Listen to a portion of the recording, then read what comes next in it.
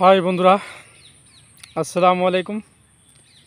এই যে আমার নেপিয়ার গাছের ক্ষেত, এটাই হলো আমার গাছের ক্ষেত। এই গতিকে সবাই মানে আমার ক্ষেতটা দেখাইতেছি, এটা লাগিয়াই ছাগল পালন করবার আগে, ছাগলের ফার্ম খুলবার আগে সর্বপ্রথম ঘাসের ক্ষেত করতে লাগে। আর যদি ঘাসের ক্ষেত না থাকে তাহলে ছাগল লইয়া ঘোরাফেরা গাদলা দিনের লাগিয়া 22 দিন হইলে বিরাট এই সমস্যা হয়।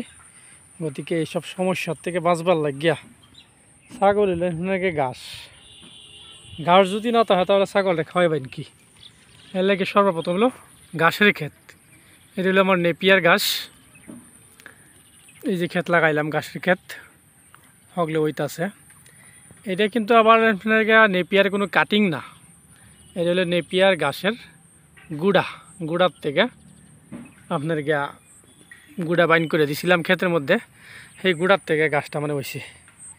তাই গতিকে গুড়ার থেকেই হোক বা কাটিংয়ের থেকেই হোক, মোটামুটি কথা হইল ঘাসের ক্ষেত আগে করুন, তারপরে যে আপনার ছাগলের ফার্ম করুন।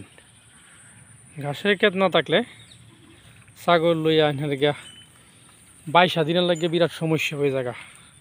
22 দিন হইলে ছাগল রে কই দিবেন, কই কী করবেন, এর লাগে সবচেয়ে জরুরি হইল ঘাসের ক্ষেত আর হইল আপনার চাঙ্গর।